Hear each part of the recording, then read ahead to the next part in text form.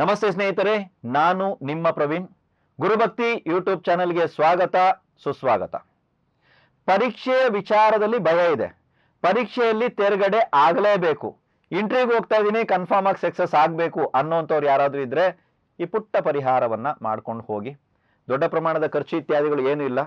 ಮನೆಯಿಂದ ಹೊರಡುವಾಗ, ಇವಾಗ ಹೋಗ್ತಾ ಇದ್ದೀನಿ ನಾನು ಎಕ್ಸಾಮ್ಗೆ, ಓಕೆ, ಅಥವಾ ನಾನು ಮನೆಗೆ ಇವಾಗ ಹೊರಡ್ತಾ ಇದ್ದೀನಿ ನಾನು ಇಂಟರ್ವ್ಯೂಗೆ. ಮನೆಯಿಂದ ಹೊರಡುವಾಗ ಅಯ್ಯುಂ ನಮಃ ಶಿವಾಯ, ಅಯ್ಯುಂ ನಮಃ ಶಿವಾಯ, ಅಯ್ಯುಂ ನಮಃ ಶಿವಾಯ, ಅಯ್ಯುಂ ನಮಃ ಶಿವಾಯ ಅಂತ 21 ಸಲ ಒಂದು ಮಂತ್ರವನ್ನ ತಾವು ಉಚ್ಚಾರಣೆ ಮಾಡಿಕೊಂಡು ಮನೆಯಿಂದ ಹೊರಡಿ.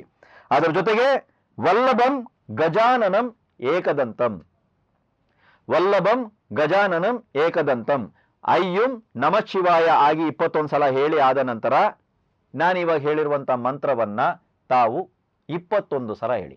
ವಲ್ಲಭಂ ಗಜಾನನಂ ಏಕದಂತಂ 21 ಸಲ ಈ ಮಂತ್ರವನ್ನ ಹೇಳಬೇಕಾಗುತ್ತೆ.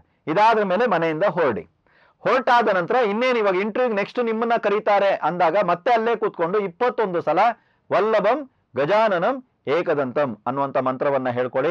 ಅಥವಾ ನಾನು ಪರೀಕ್ಷೆ ಬರೆಯೋಕೆ ಹೋಗ್ತಾ ಇದ್ದೀನಿ ಸರ್ ಅಂದ್ರೆ ಪರೀಕ್ಷೆ ಬರೆಯೋದಕ್ಕೆ ಸ್ಟಾರ್ಟ್ ಮಾಡ್ತೀರಾ. ಇವಾಗ ಪೇಪರ್ ಮೇಲೆ ಸ್ಟಾರ್ಟ್ ಮಾಡೋದಕ್ಕಿಂತ ಮುಂಚೆ 21 ಸಲ ವಲ್ಲಭಂ ಗಜಾನನಂ ಏಕದಂತಂ ಅನ್ನುವಂಥ ಒಂದು ಮಂತ್ರವನ್ನ 21 ಸಲ ಹೇಳಿ ನಿಮ್ಮ ಪೇಪರ್ ಬರೆಯೋದಕ್ಕೆ ನೀವು ಸ್ಟಾರ್ಟ್ ಮಾಡಿ ನೋಡಿ. ನಿಮ್ಮ ಜೀವನದಲ್ಲಿ ಆ ತೇರ್ಗಡೆ ಆಗುವಂತ ಅವಕಾಶಗಳು ಜಾಸ್ತಿ ಆಗುತ್ತೆ. ಸರ್ ಏನಾದ್ರು ನಾವು ಕಲಿದೇ ಇದ್ರು ಸಹಿತ ಏನಾದ್ರು ಬರೆದ್ಬಿಟ್ಟು ಹೋಗುತ್ತಾ ಸರ್ ಅಂದ್ರೆ ಇಲ್ಲ. ನೋಡಿ, ಇಂಟರ್ವ್ಯೂ ಇತ್ಯಾದಿಗಳು ಬಂದಾಗ ನೀವು ಏನು ಪ್ರಶ್ನೆಗೆ ಉತ್ತರ ಕೊಡ್ತಿರೋ, ಹೇಗೆ ಮಾಡ್ತಿರೋ, ಕೆಲಸ ಹೇಗೆ ನಡೀತದೋ ನನಗೆ ಗೊತ್ತಿಲ್ಲ, ಇಂಪ್ರೆಸ್ ಮಾಡಬೇಕು, ಮ್ಯಾಟ್ರ್ ಇರೋದಷ್ಟೇ. ಅರ್ಥ ಆಯ್ತಲ್ವಾ?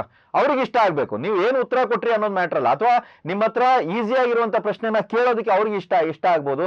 ಅಥವಾ ನಿಮ್ಮ ಹತ್ರ ಬಂದಿರುವಂತ ನಿಮ್ಮ ಒಂದು ಏನ್ ನೀವು ಕೊಟ್ಟಿದ್ದೀರೋ, ಏನ್ ನೀವು ಇದುವರೆಗೂ ಮಾಡಿರುವಂತ ವರ್ಕ್ ಎಕ್ಸ್ಪೀರಿಯನ್ಸ್ ಇದೆಯೋ, ಅಥವಾ ಏನು ಓದಿದಿರೋ ಅದನ್ನ ನೋಡಿದಾಗ ಆ ವ್ಯಕ್ತಿಗೆ ನಿಮ್ಮನ್ನ ಕೆಲಸಕ್ಕೆ ತಗೋಬೇಕಂತ ಅನಿಸ್ಬೋದೇನೋ, ಗೊತ್ತಿಲ್ಲ ಇದ್ರಲ್ಲಿ ಏನೇನು ನಡೀತದೆ ಅಂತ. ಕೆಲವರು ಏನಂತಾರೆ, ಪರೀಕ್ಷೆಗೆ ಸಂಬಂಧಪಟ್ಟಂತ ಮಂತ್ರ ಕೊಟ್ಟಾಗ ನಾವೇನು ಓದೇ ಇಲ್ಲ, ನಾವೇನು ಮಾಡಲ್ಲ, ಆದ್ರೂ ಪಾಸ್ ಆಗ್ತೀವಾ ಅಂತಾರೆ. ಹಾಗಲ್ಲ ನಾನು ಹೇಳ್ತಾ ಇರೋದು.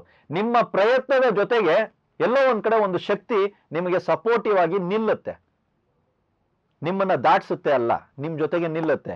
ಯಾವುದೋ ಒಂದು ಶಕ್ತಿ ನನ್ನ ಜೊತೆಗೆ ಇದೆ ಅಂದಾಗ ನಾನು ಪರ್ಫಾರ್ಮ್ ಮಾಡುವಂತ ರೀತಿ ಬೇರೆ ಇರ್ತದೆ ಯಾವತ್ತು.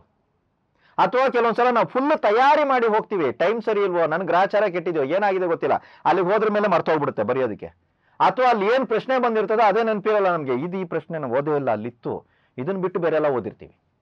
ಓದಾಯ್ತಲ್ಲ? ಈ ತರ ಇಲ್ಲದಿರೋ ವಿಚಾರಗಳು ಬರ್ಬೋದು. ಕೆಲವೊಂದ್ಸಲ ಭಯ, ಈ ಭಯದಿಂದಾಗಿ ಬಹಳಷ್ಟು ಅವಕಾಶಗಳು ಕಳ್ಕೊಂಡಿದ್ದಾರೆ. ಈ ಭಯದಿಂದಾಗಿ ಬಹಳಷ್ಟು ಪರೀಕ್ಷೆನಲ್ಲಿ ಮಕ್ಕಳುಗಳು ಬಂದ್ಬಿಟ್ಟು ಅನುತ್ತೀರ್ಣ ಆಗಿರುವಂತದ್ದು, ಬರೆಯಕ್ ಆಗದೆ ಇರುವಂತದ್ದು, ಮನೆಗೆ ಬಂದ್ರ ಮೇಲೆ ನೆನಪಾಗುತ್ತೆ ಅಲ್ಲಿ ಏನ್ ಬರಿಬೇಕು ಏನಿಲ್ಲ ಅನ್ನುವಂಥದ್ದು. ಕೆಲವೊಂದ್ಸಲ ಸಮಯ ಸಾಕಾಗಿಲ್ಲ ಅನ್ಬಿಡ್ತವೆ ಮಕ್ಕಳು, ಬರಿತಾ ಇದ್ದೆ ನಾನು, ಸಮಯ ಸಾಕಾಗಿಲ್ಲ. ಕೆಲವೊಂದ್ಸಲ